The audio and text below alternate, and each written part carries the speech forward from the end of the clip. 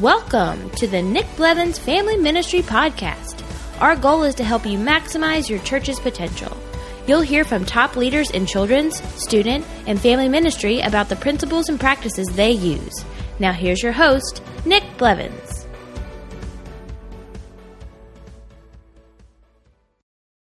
What's up, everybody? Welcome to episode 130 of the podcast. I'm Nick, I'm your host, and today's episode is kind of similar to the one we had last week in that it's a topic that I've wanted to hit on the podcast for a long time, but just haven't. And last week we talked about church security, lots of different things about that. This week we're talking about special needs student ministry. Now, we've talked a little bit about special needs ministry on the podcast before, mostly with a children's ministry focus. And if you're like me, you don't see a lot of that focus in student ministry, though there's obviously a great need there. So we talked with Jess Berryhill. Jess, in many ways, got into this at her church just because it was a need that was there, and they started to meet it one person at a time. And before you know it, there's a great ministry serving families that have kids with special needs that are in middle school and high school. So I just talked with Jess about how that all came about. How did it start? What do they do? What do they do now, especially now it's grown so much? And what does that look like with their student ministry and inclusion versus separate and all of that? So and we talk a lot about the different aspects of student ministry when they meet, trips and retreats, all that stuff, working with parents, everything. So even if you serve in children's ministry, this will probably be helpful. And I've got another guest coming up soon that's going to talk about special needs ministry as well, which I know we all want to learn more about, especially if your church you feel like maybe isn't doing what you wanted to do yet to serve families that have special needs. So you'll love this interview. Before we jump in 2 days, we're going to have a free webinar on baby dedication. I've mentioned it already in the podcast. If you serve in children's ministry, you'll want to sign up for that. That's happening 1 p.m. Eastern this Thursday, if you listen to this when it comes out, December 6th. And then we're also having a free webinar about training, volunteer training, on January 10th at 1 p.m. Eastern. You can sign up for both of those at ministryboost.org/webinars. All right, as usual, we can get the show notes at nickblevins.com/episode 130. But let's go ahead now and jump into my conversation with Jess Berryhill about special needs student ministry. Well, today I'm talking with Jess Berryhill. Welcome to the podcast, Jess. Hey, how are you? I'm doing well. How about you tell us a little bit about yourself and your church before we get rolling here? Yeah, so I'm a student ministry pastor at Mount Pleasant Church in Terre Haute, Indiana. We are a small-ish church, so a church of about 400, and been here for about 8 years now. And so I just graduated my first class, which is super exciting, in student ministry.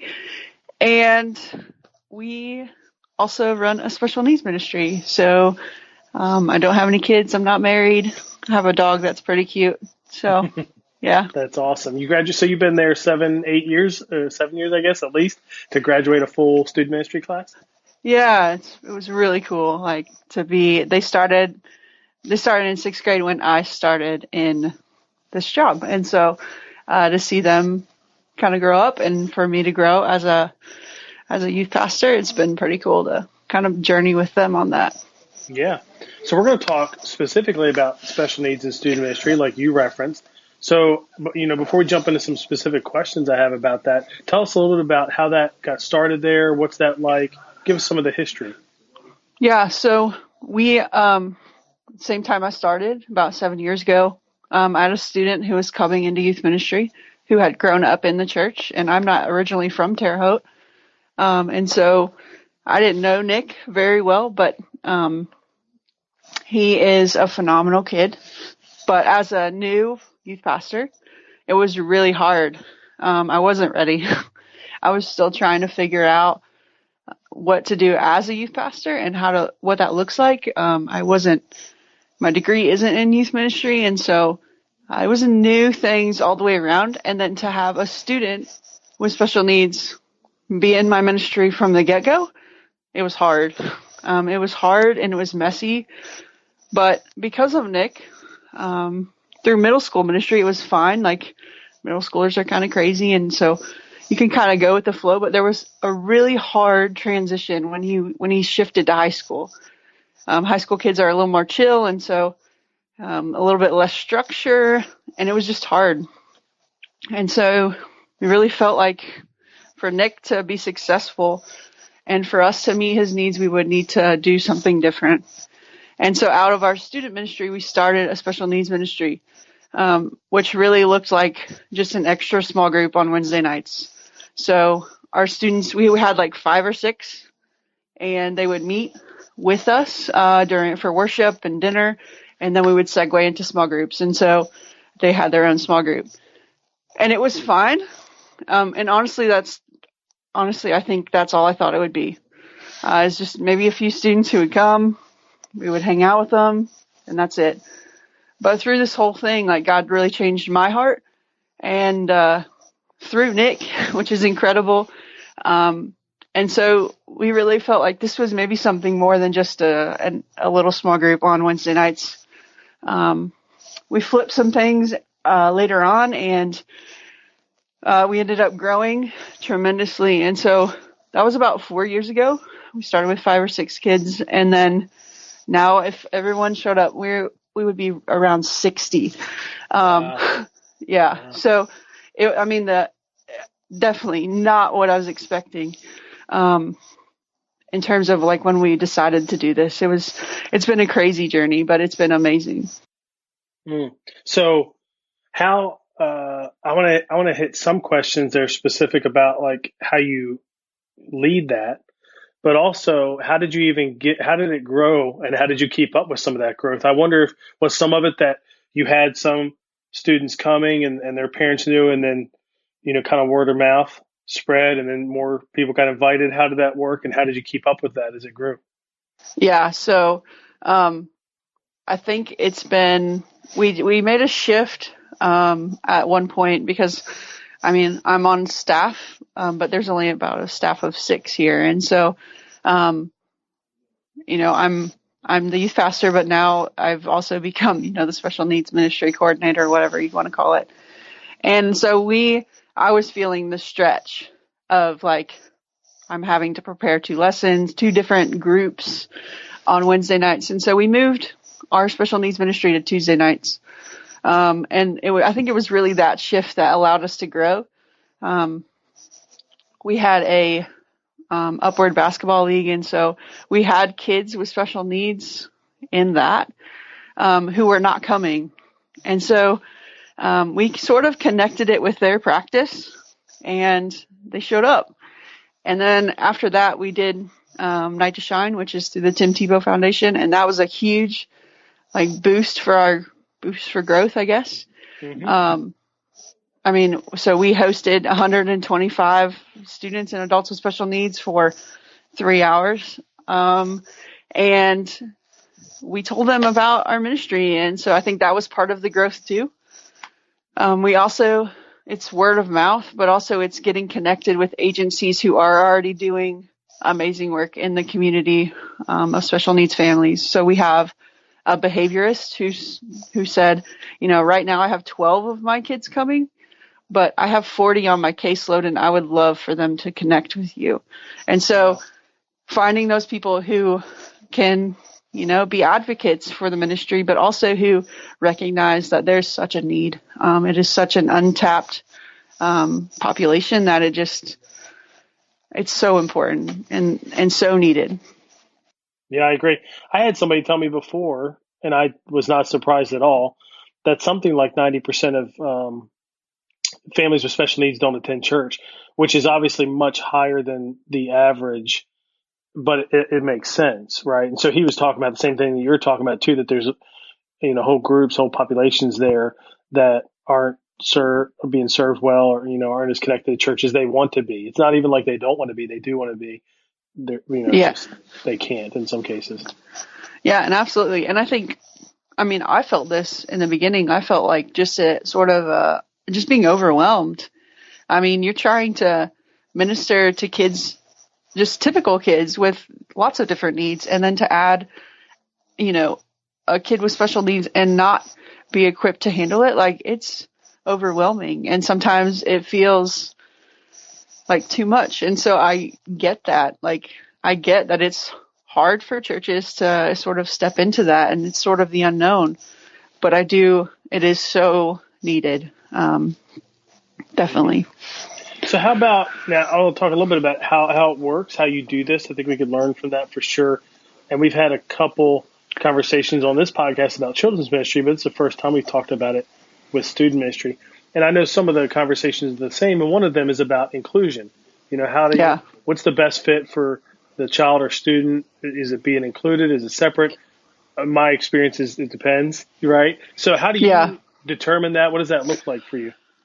Yeah, so we never would say no to a student who wants to come to student ministry who has special needs. Like, they're welcome to. We have some students who just solely stay in special needs ministry. We have some students who flex a little bit, so they may bounce back and forth. May do both at times. And then we have students who are primarily just in our student ministry. And so having that conversation with parents and say, hey, like, what's the best fit? Like, where do you see your kid, and how can we work with you towards that goal of having them included either in a student ministry environment or having them included in a special needs ministry environment? What does that look like for your family? And just have an honest conversation. One of the things you can do is really if they're willing to share it, tap into their IEP or their individualized education plan. So that's the stuff that the school uses to kind of make adaptations or whatever for the school environment, but some of that can be translated into the church environment. And so if parents are willing to share that, that's huge. That's a huge, like, they've already done the work to kind of figure those adaptations out. And so we can try to translate those to, your environments, whether it's a student ministry or a special needs ministry. Those things are so critical, but parents are the key in that decision. And we never want to sell a kid short. Like, if my students want to go on a mission trip, like, let's have that conversation and let's be honest about it. Like, is this going to be a good fit based on, the schedule or whatever? So I think it comes down to conversations. Sure. Is it kind of standard process that you would, ask parents if you could see the kid's IEP or no? I think it takes time to build that relationship. I think that is critical. I don't think you just, like, the first Sunday they show up and say, can I have your kid's IEP? Yeah, sure. But take some time to, ask good questions from the get-go. If they're willing to share that their student has special needs, then ask them, like, start off with positive questions and say, hey, like, what is your kid good at? What do they love? Like, what's really, like, what's behind who they are? And then later on you can get that IEP, or if they're, if you can build that relationship pretty quickly, then, maybe that door opens faster. But parents are likely willing to disclose that because they want this to be successful too. Mm-hmm. Sure. Well, especially in cases where there is an IEP, they're old enough that they're, they know. I know as younger, sometimes parents aren't fully aware yet. And so then, maybe less likely they don't know as much that they're going to be able to share. But at a certain point, I just had a conversation with a parent the other day, and his son has an IEP. In fact, he's at a specific school now. And he obviously he was upfront with all of that because he just wants what's best for his kid. So that makes sense. Yeah. And I think for most parents, like, if you're willing to have a conversation with them and you're willing to lean into their family, I don't think they're going to hold that back. Obviously, there are exceptions to that. But I think for most of our parents, like, they're willing to have a conversation with us. And one of the things that he and I were talking about was this inclusion thing. What does that look like for his kid? Even church as part of our church, what could that look like? How, in your context, how have having students with special needs in programming impacted that when they are included? How do you, like, make that work? Sometimes I don't ever feel like we should dumb down curriculum at all. I know that the Word of God is powerful and strong. And so it comes down to training our small group leaders and our volunteers. But also it's allowing our students, our typical students, to have moments where they've already experienced a student with special needs before a student with special needs walks into your ministry environment. And so we've done that through making sure that that's part of our service projects and part of our mission trips. And our students are amazing and they serve in our special needs ministry. And so when a student comes into our environment and they have special needs, it's not a big deal. Like, for example, when Nick was growing up, like those kids surrounded Nick and they loved Nick. And so when a kid like Nick walks into the ministry environment, it's not a big deal, I guess. Does that make sense? Yeah, it's normal. It's expected, I guess, versus maybe, in some cases, depending on the ministry, that may not be expected, which then they, get the same result. So that's good. Sure.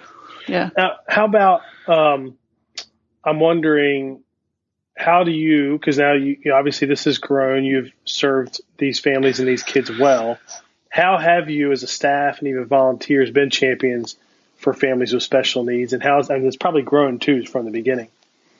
Yeah. So, it's been a slow process. I think part of it is like, instead of just becoming a special needs ministry, like we want to become a special needs church. And so that mindset, it's hard and it's slow, because like, as my heart's grown for students with special needs and I've seen the potential and the vision and all of that, there are people at church who have not yet caught that vision. And so, it's about having, sort of touchstones or touch points where, our church can be involved in this. And so Night to Shine is a great way that our church sort of rallies together. I think the tension we're in right now is that we need to take that sort of to the next level. Like 3 hours, one night a year is great. But really we can't just bait and switch that. Like these families need invested in all year round. And so, I think that's been a struggle. And I think it takes time. It takes time for people to catch that vision that this is important. And this is what the kingdom needs to look like. It needs to include students and adults and kids with special needs. And if it doesn't, then we're missing something.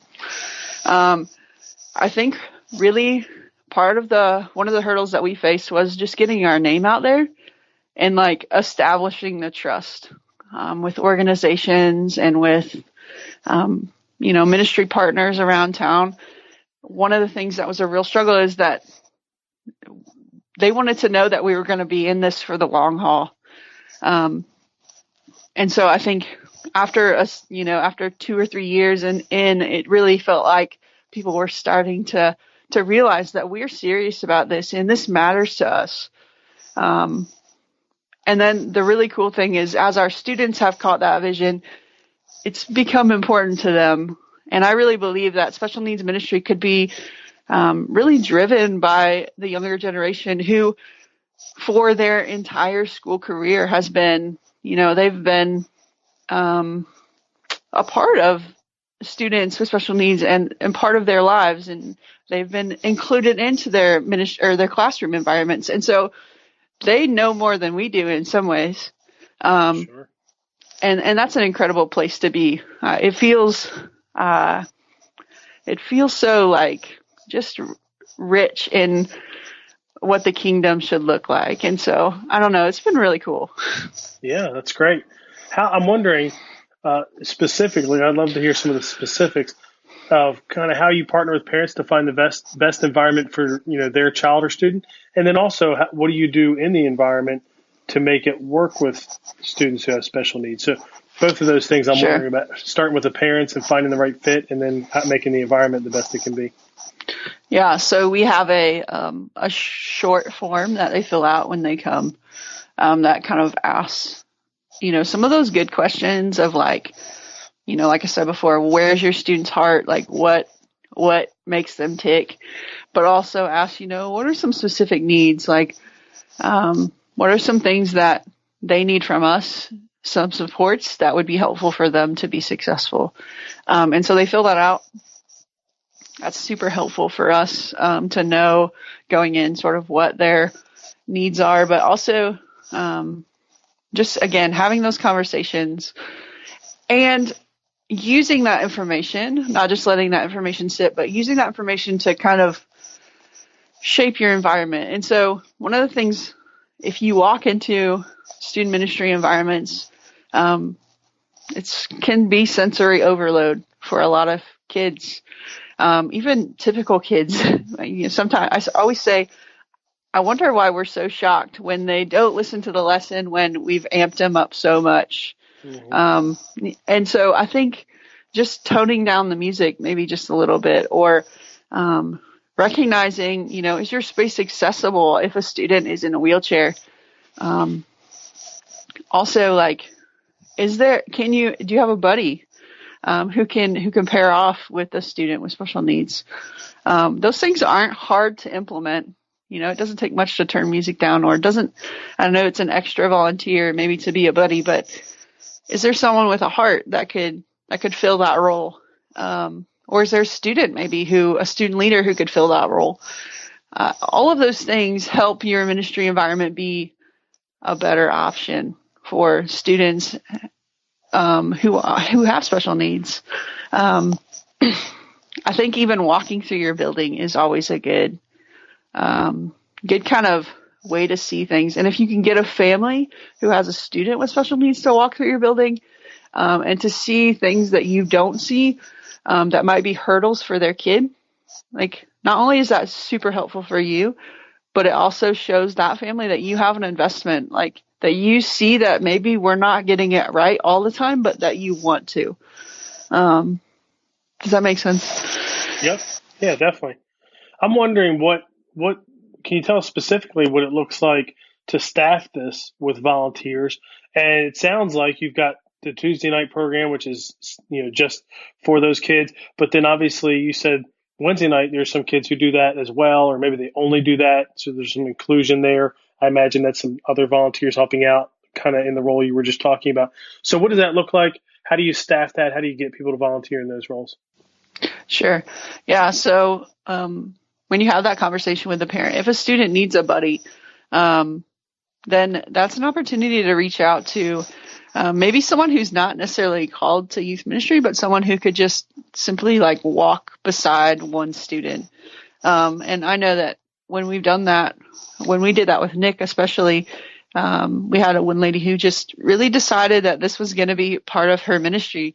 And she walked alongside Nick for a long time and really tried to figure out how Nick needed to hear the gospel. And so if you can find those people in your congregation who will, who can just invest in one kid, that's huge. But I think it also goes back to, if they don't necessarily need a one-on-one, then training your small group leaders is huge. Like, training your small group leaders to redirect when things get off topic, or when they need a moment just to just kind of bring things back. Also, maybe just having some tools on hand, so that whether it's some fidget toys, or whether it's they know that they can step out if things get overwhelming. Like, those are huge ways to teach our students with special needs to be self-advocates, to be the one who says, okay, like, I'm feeling overwhelmed. I know that I can step out and then step back in when I'm ready. And so sometimes it helps to have, maybe an extra small group leader in the mix of that, so that you can, if they need to step outside, your small group environment, that they can do that, but then also have a person there.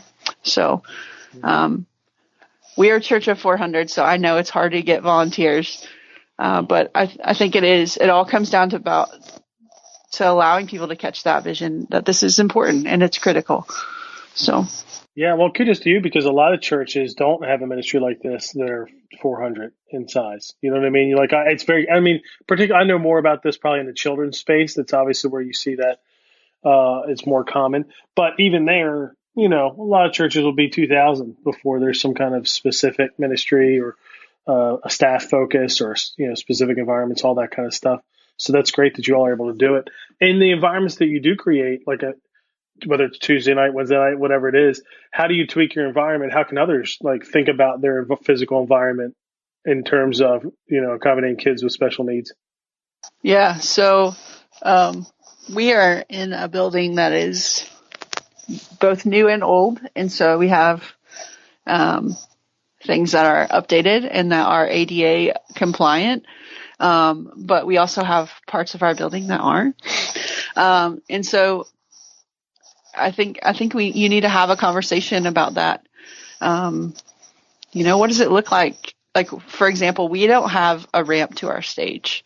And so we do a play in the spring and with our students with special needs. And so we had to figure out how to get our students up on stage.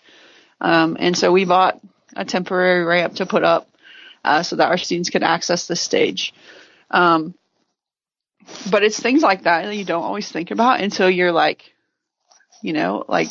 in the moment and you're like, oh, this is not going to work. And sometimes those are the things that you learn just by doing ministry with students with special needs. You'll learn that, maybe it's good to have headphones in the sanctuary so that if a student really wants to be a part of the worship service, they can, but they can have that, noise reducing ability just to put some headphones on and just be okay in that space. I think another way is to normalize sometimes the behaviors that students with special needs may do, and just to not make a big deal about it. I think sometimes if we make a big deal about it, then our reaction definitely fuels our students' reactions. And so if we are, can be nonchalant about it, then that's so helpful. Churches, crazy enough, churches aren't required to be ADA compliant. It's not. Other places of business are required to do that, but churches are not. And so I think the church has some catching up to do.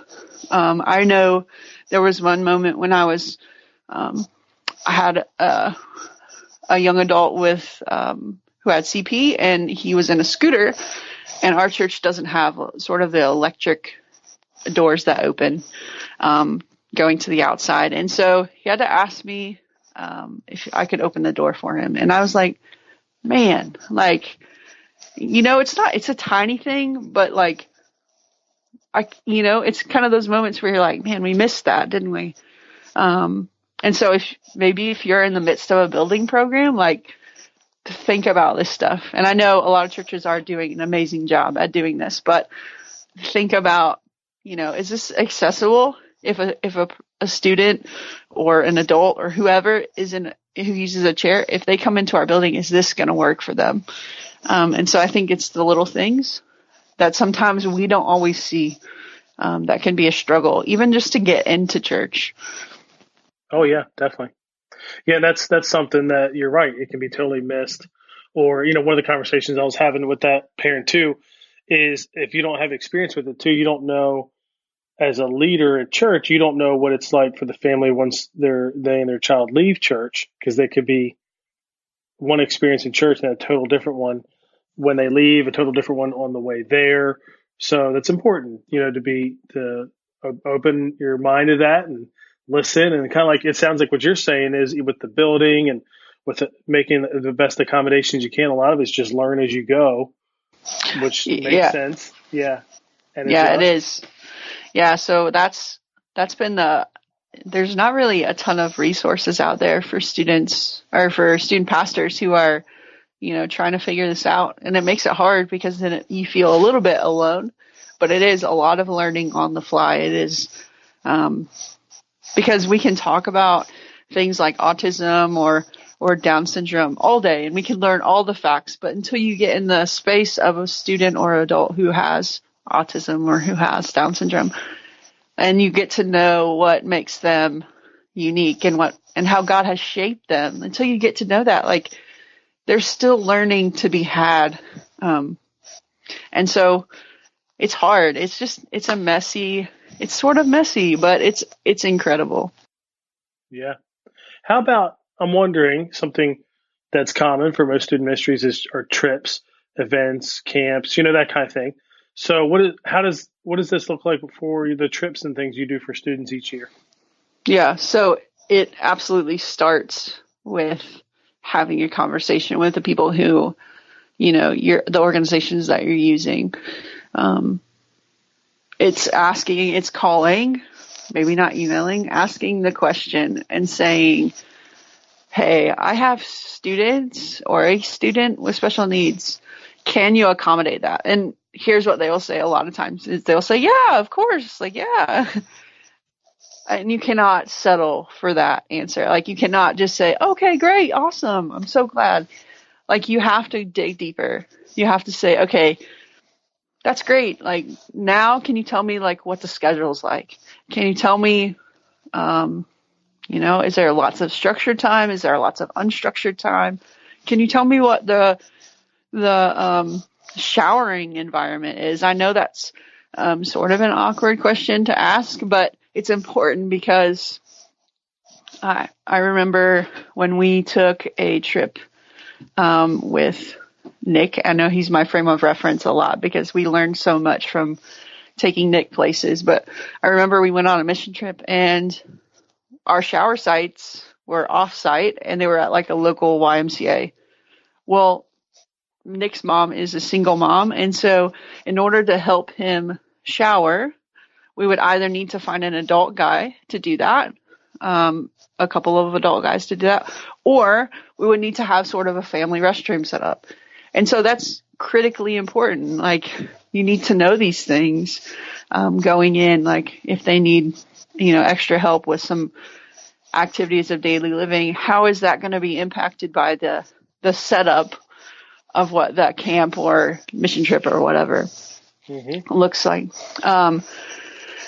Ask them, what is it? Is it okay if like one of my students is struggling?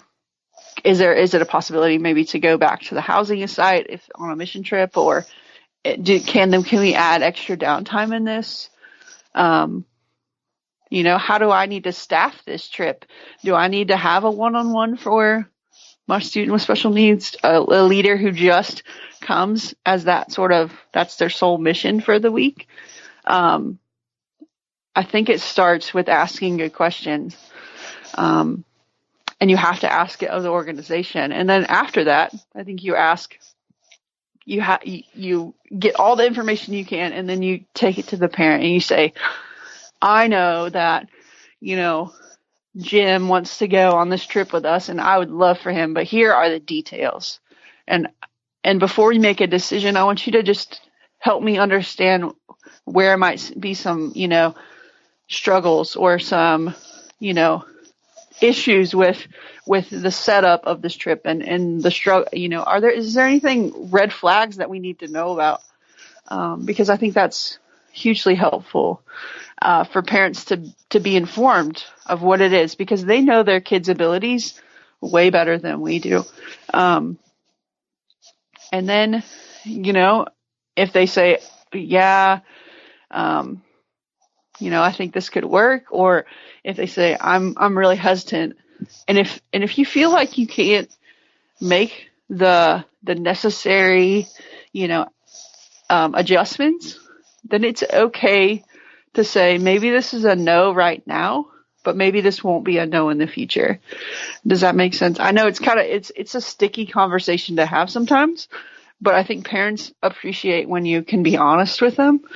I know that early on we had a conversation with Nick's mom about whether he could go on the mission trip when he was in 6th grade, and it was hard.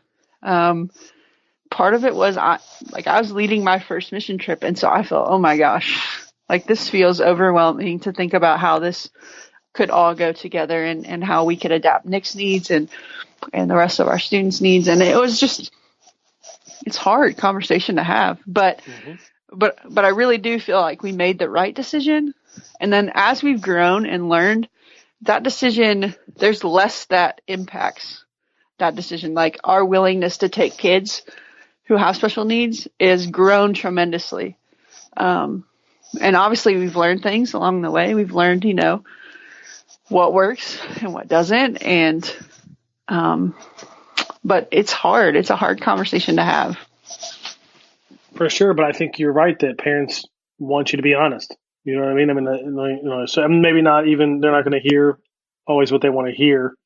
So in that moment, they want you to do what they want and be honest. But the more they think they want you to be honest, they don't want you to, I don't know, hide something or patronize them for sure. Like nobody wants that.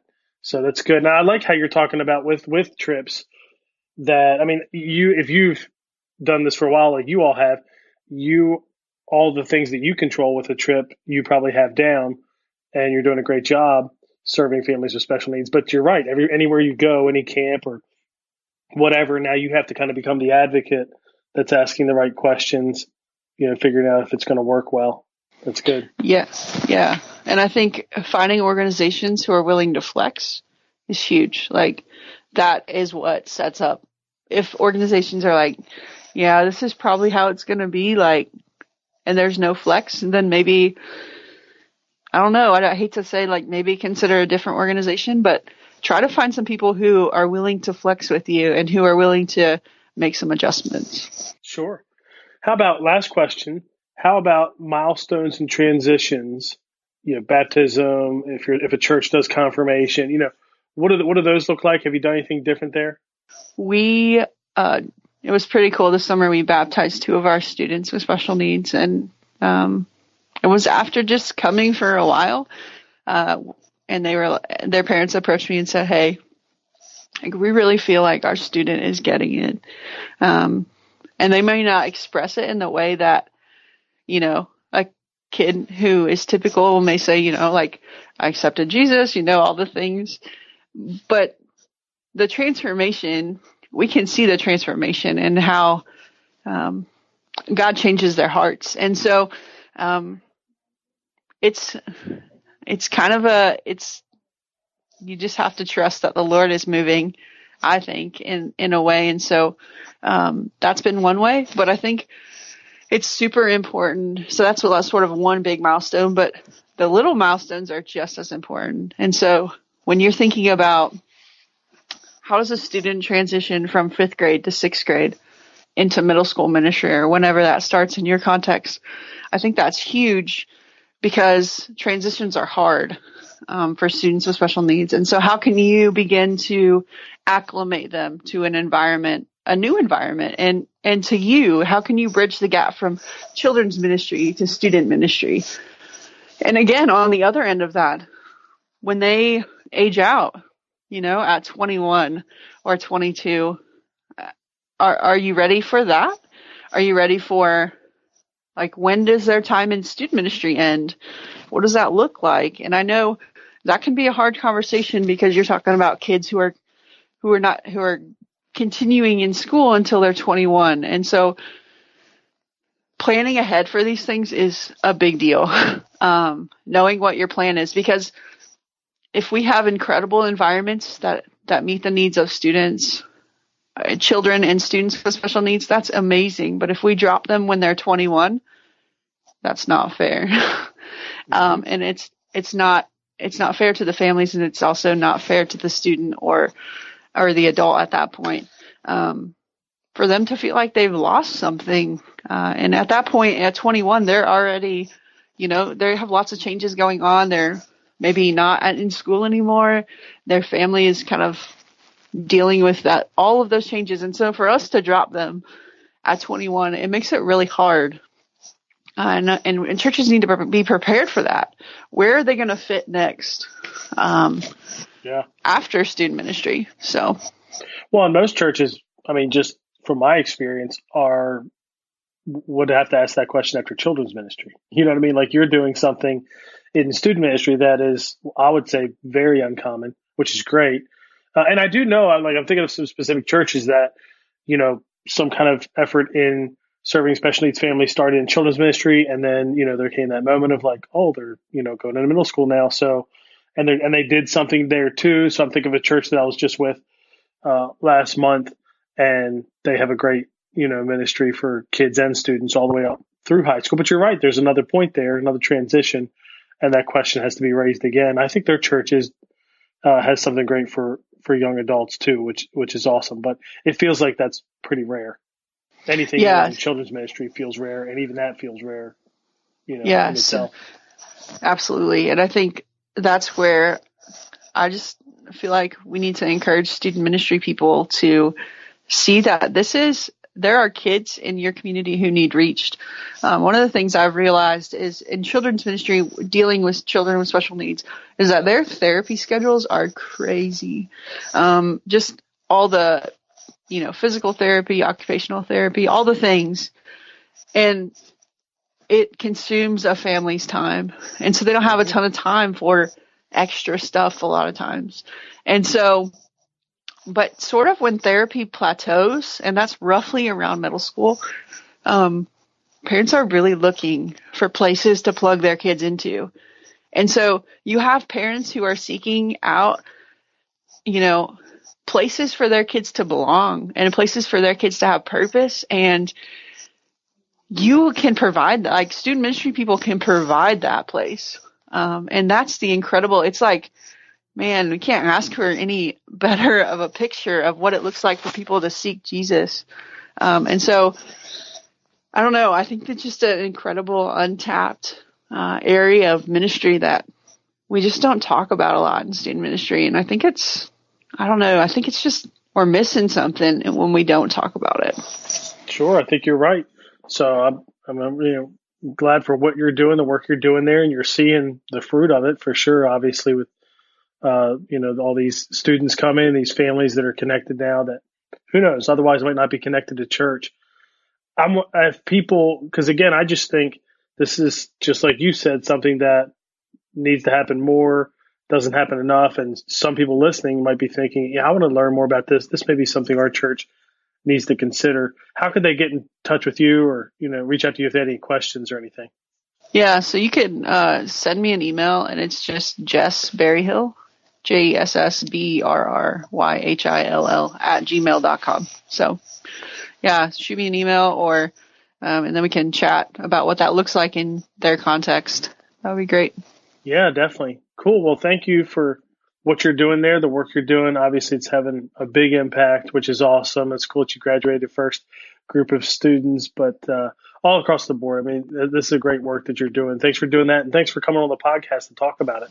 Yeah, thank you. Appreciate it.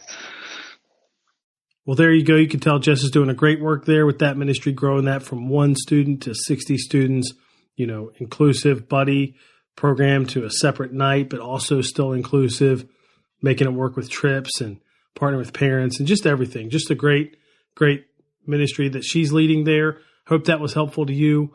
I hope maybe this sparked some thoughts. I mean, some action items I think of coming out of that episode, that interview, were evaluating our own student ministry. So we definitely have special needs ministry happening in children's ministry and student ministry, but nothing like what Jess talked about. So I think you could listen to that interview and then evaluate your own ministry. Are there some opportunities that you should pursue, some conversations you should have? You heard her talk about talking to organizations in the community, and they've now leaned into her church. Maybe there's some conversations to have with people in the community to see, how your church could help. I think evaluating your ministry, having those conversations, I think there'd be 2 great action steps to take coming out of this interview. Or maybe there was like a specific thing that you have ministry to special needs families in your church, but there was something specific that you grabbed onto and you're going to take that and apply it. I think that'd be great as well. All the show notes you can get at nickblevins.com/episode 130. Again, just a reminder, in 2 days, we have that baby dedication webinar.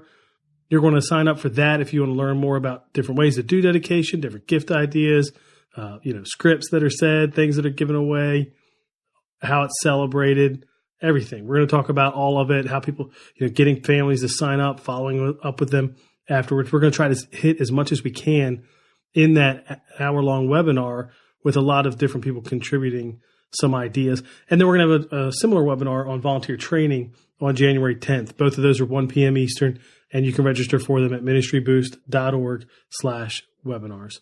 Well, there you go. Hope you have a great week. I hope this was helpful to your ministry, maybe get you thinking a little bit or improving what you do as usual. That's what I hope for with the podcast, that you take away some ideas to make your ministry better, to help you grow as a leader. So appreciate you listening. Appreciate you sharing, rating it, leaving a review on Apple Podcasts, or wherever you listen to it. That really, really helps. So thanks, and we'll catch you next time on the Family Ministry Podcast. Thanks for listening to the Nick Blevins Family Ministry Podcast. We hope this helps you maximize your church's potential. We would love to hear stories of how you apply what you've learned. You can do that by leaving a comment on iTunes or in the show notes at nickblevins.com.